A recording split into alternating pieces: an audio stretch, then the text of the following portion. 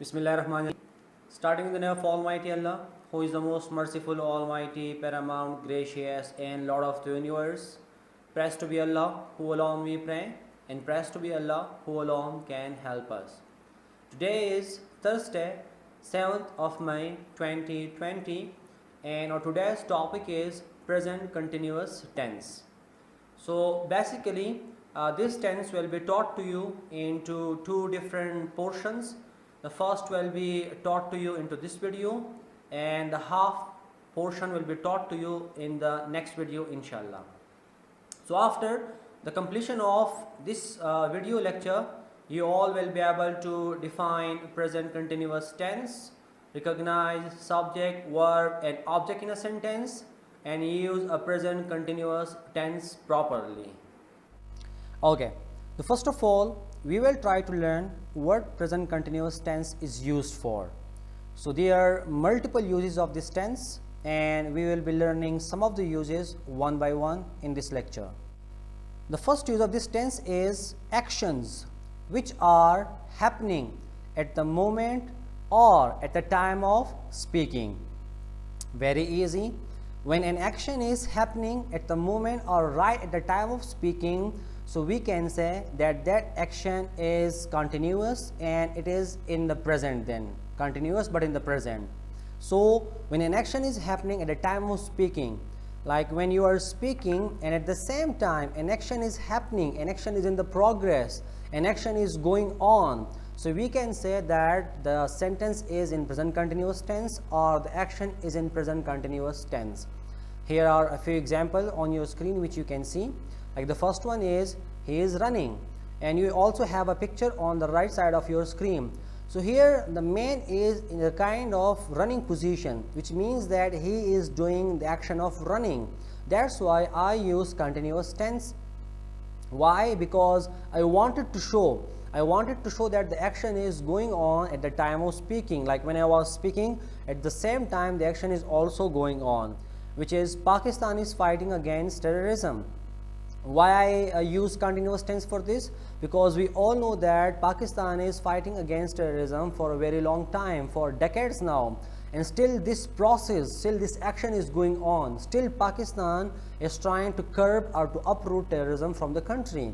Our example number 3 can be the best example, which is I am teaching present continuous tense, because right now I am doing this action.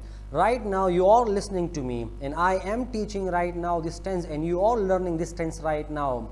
So I use this tense because I wanted to show that the action is happening right now at the time of speaking.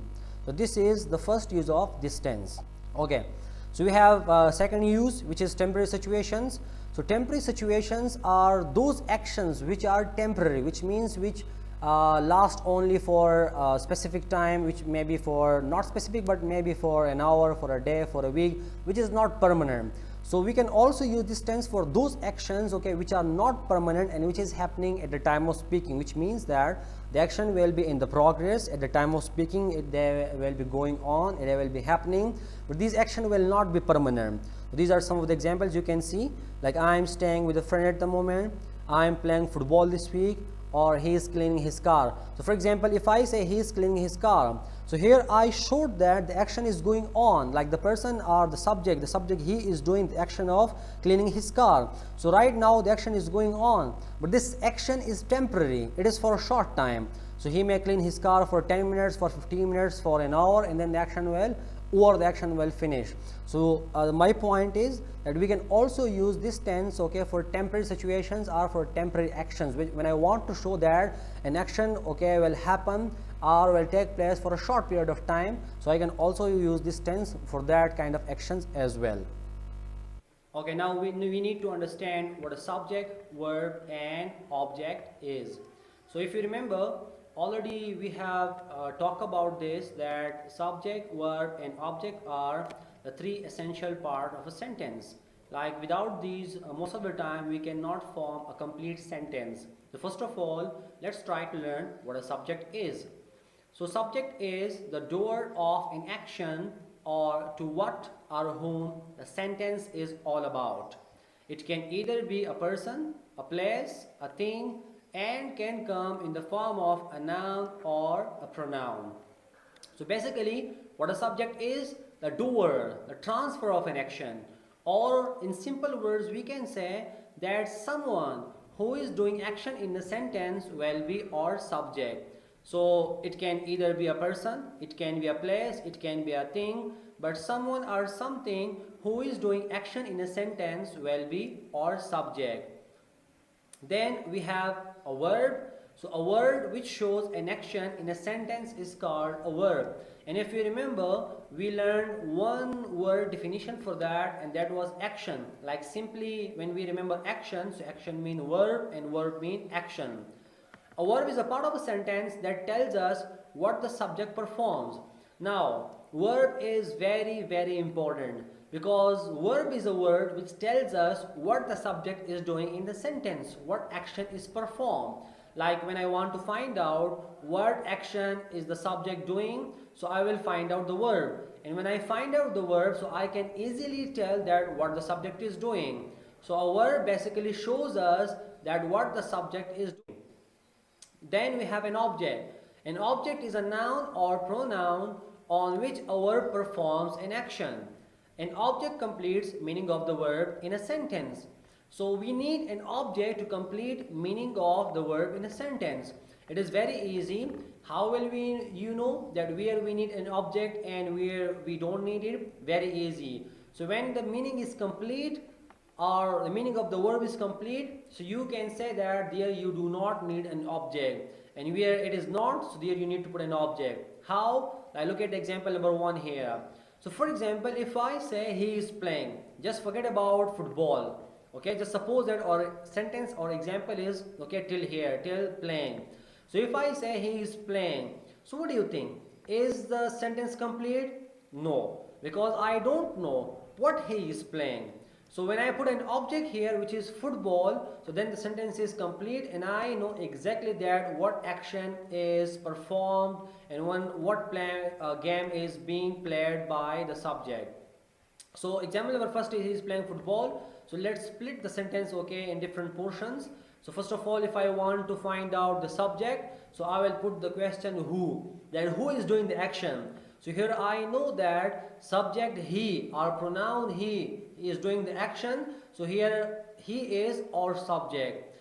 Then when I want to find out that what action the subject is doing, what is actually going on, so I will put the question what, that what is going on, what action is actually happening.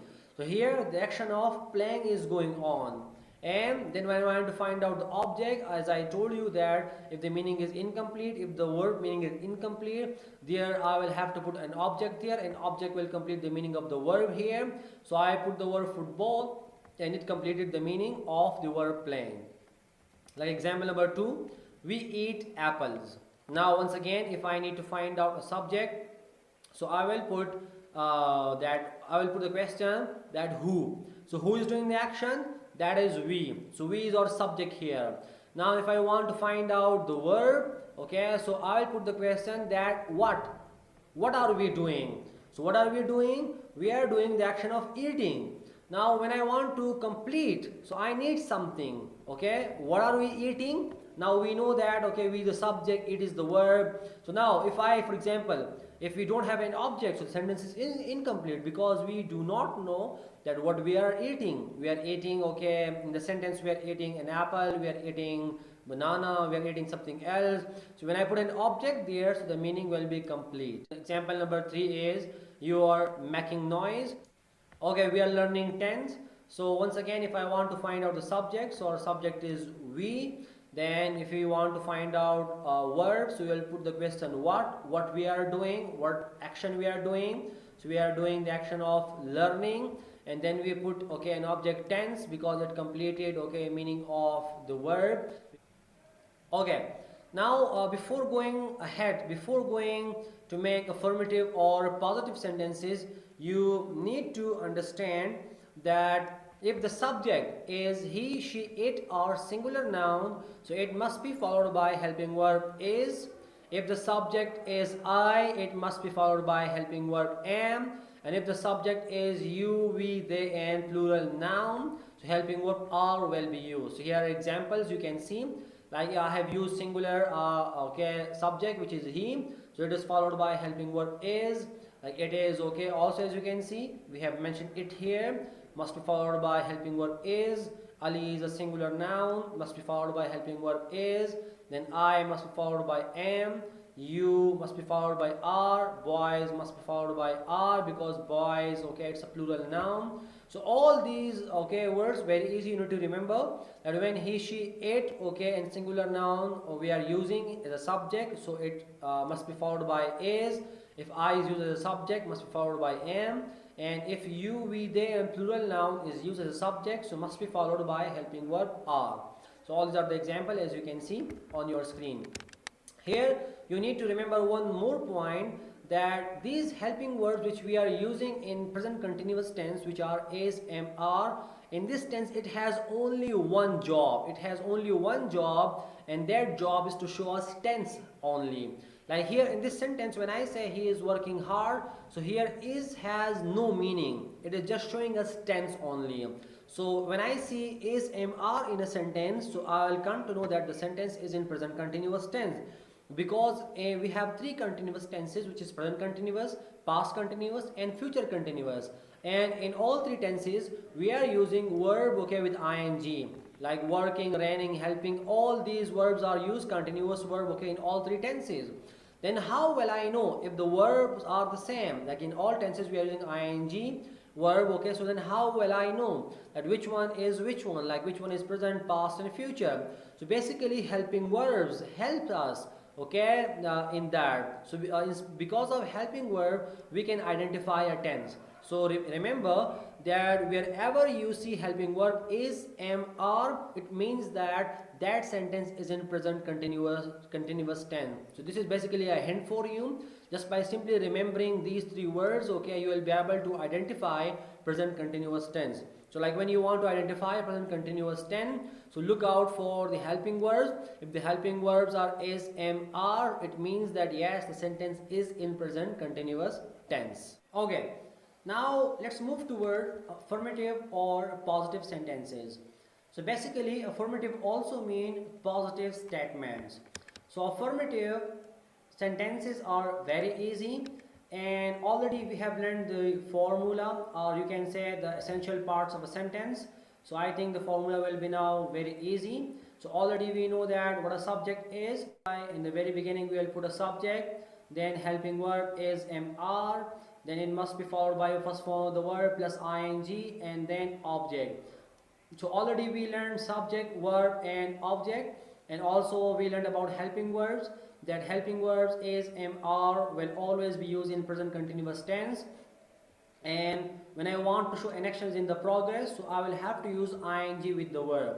So do remember that when I want to show that an action is in the progress, so I will use continuous tenses, and I will have to put ing with the verb. If I do not put ing with the verb, so the sentence will be completely incorrect. So when I want to show that the action is going on, that the action is in the progress, so I need to put ing with the verb. Basically the verb is showing us that action is in the progress. And as we talked earlier, helping verbs are basically showing us that which continuous tense is this. So if we have is, am, are, it basically shows us that it is present continuous tense. And if we have other helping verbs like was, were, which shows that it is past continuous, and will be, shall be, that shows that the tense will be future continuous. So helping verbs are basically showing us tense only. As I have told you that it has no job, it has no meaning, except one, that it shows us tense only. So I think the formula will be very easy and clear now. So here are some of the positive examples, which are I am writing articles on different topics. He is reading various kinds of books. They are playing football now. She is drinking coffee. He is going to the library. We are watching a movie. You are shopping in the market. Pakistan is making progress in science and technology. People are protesting against corruption. So all these are examples of positive or affirmative sentences. And here helping verb is, am, are showing us that this is present continuous tense, and verb with ing is showing us that action is in the progress, the action is going on. So once again let me repeat that whenever you find ism are in a sentence, that means that the sentence is in present continuous tense. When you have used ing with the verb, that means action is in the progress. So basically word with ing show us actions in the progress, and helping verb is are is showing us that action is in the present continuous tense. So I hope it will be clear. After that I am giving you some homework, very easy, some home assignment. So here you have 10 sentences, okay, with missing verbs, and you need to put the correct verb there. So if you have any problem, watch the video once again and try to put the correct verb in each and every blank. So remember, you need to put a correct verb there. Just look for, first of all, you need to find out the subject. Then if the subject is singular, so you need to find out the helping verb, that which helping verb is being used. And then after that you need to put the correct verb there, that which verb should be used there. And inshallah half the topic will be addressed in the next video. See you in the next video.